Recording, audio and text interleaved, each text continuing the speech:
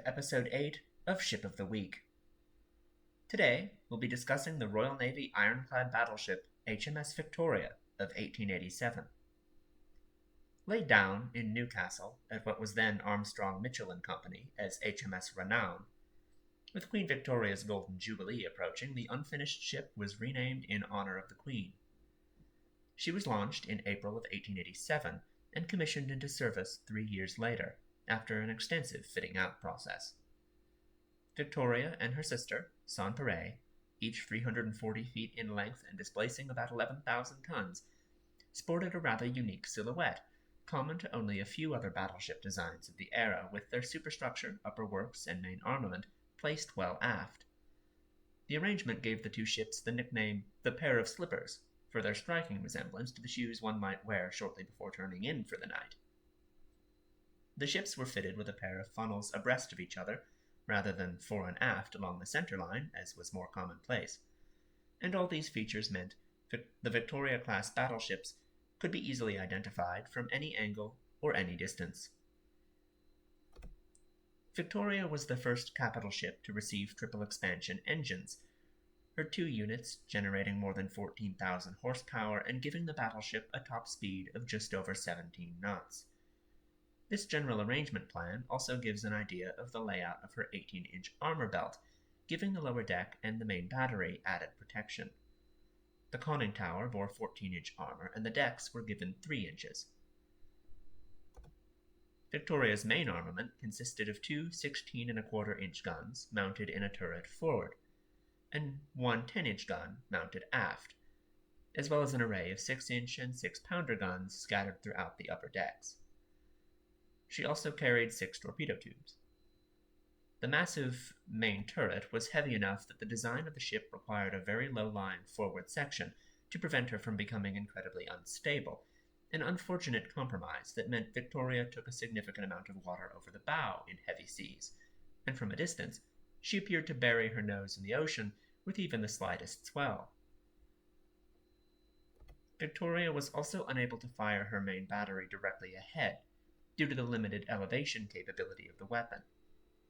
If she did, the blast wave and recoil would force the whole turret up and aft, buckling the deck planking and the iron plating below. This somewhat limited her arc of fire.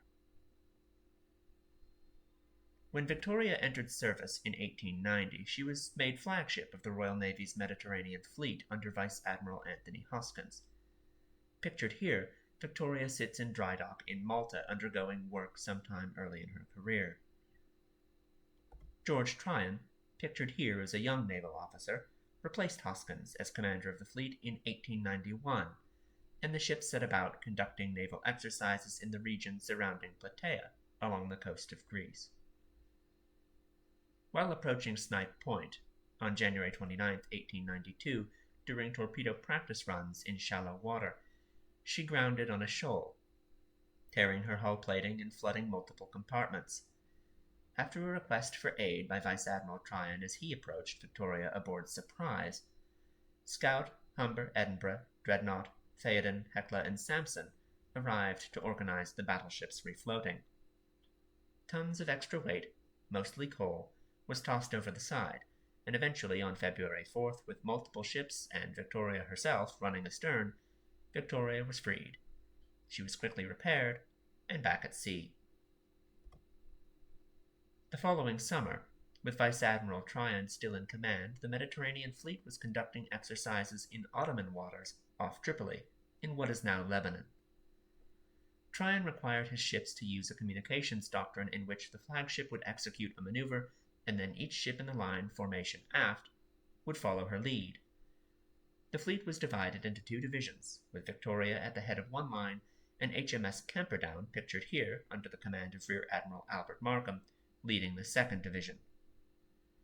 Tryon's maneuver planning in preparation for anchoring for the evening called for the 2 parallel divisions to turn 180 degrees inwards to begin steaming back the way they had come. Such a maneuver would bring the 2 lines within a few hundred yards of each other, and since warships of the day possessed fairly wide turning circles, several of Tryon's officers voiced concerns, which Tryon, generally a competent officer, dismissed. Tryon signaled for the maneuver to begin, and, knowing the danger, Markham at first delayed signaling acknowledgement, to which Tryon signaled in frustration, asking what he was waiting for, and Markham reluctantly ordered Camperdown to begin the turn. As the two divisions approached, it became clear, too late, that they were on a collision course. Both Victoria and Camperdown threw their engines astern, but Camperdown's armored ram plunged into Victoria's starboard side, tearing open multiple compartments before the two ships were twisted apart by their own momentum, and Victoria was left with the Mediterranean pouring in. Tryon ordered Victoria a head full to make for the shore, but she was going down by the head too quickly. Because of the summer heat, most of her doors and portholes were left open for ventilation, and exponential flooding began. After a hurried inspection and finding water moving aft rapidly, Victoria's flag captain, Maurice Burke, ordered his crew to assemble and then sounded abandon ship. The forecastle was by this point already awash. Meanwhile, the ships behind Camperdown and Victoria, mid-maneuver, had been forced into emergency evasive action to avoid colliding with them themselves. HMS Nile barely dodged the stricken Victoria, and HMS Edinburgh narrowly avoided slamming into Camperdown's stern. HMS Inflexible, third in line in Tryon's division, somehow avoided both Victoria and Nile before coming to a stop. 13 minutes after the collision, Victoria rolled over, men and equipment careening down the sloping decks and eventually upside down, with her propellers still thrashing wildly from that last futile attempt to propel her to shallow waters. Victoria disappeared, taking with her 358 sailors, including Vice Admiral Tryon, whose last words were, "It is all my fault." Camperdown herself took on tons of water, and only through the valiant efforts of her crew was she prevented from sinking. She's pictured here in dry dock, with her damaged ram following the disaster. The British public was shocked and horrified by the terrible loss of life in broad daylight in peacetime, but an ensuing court-martial found that Captain Burke and his crew were not responsible for the collision, and since Tryon was lost with the ship, no additional fault was attributed. Today, Victoria is one of the few wrecks standing vertically, her propellers aimed at the surface, her bow buried deep in the mud, likely due to both the weight of her enormous guns forward and the fact that she sank with her engines still desperately a head full.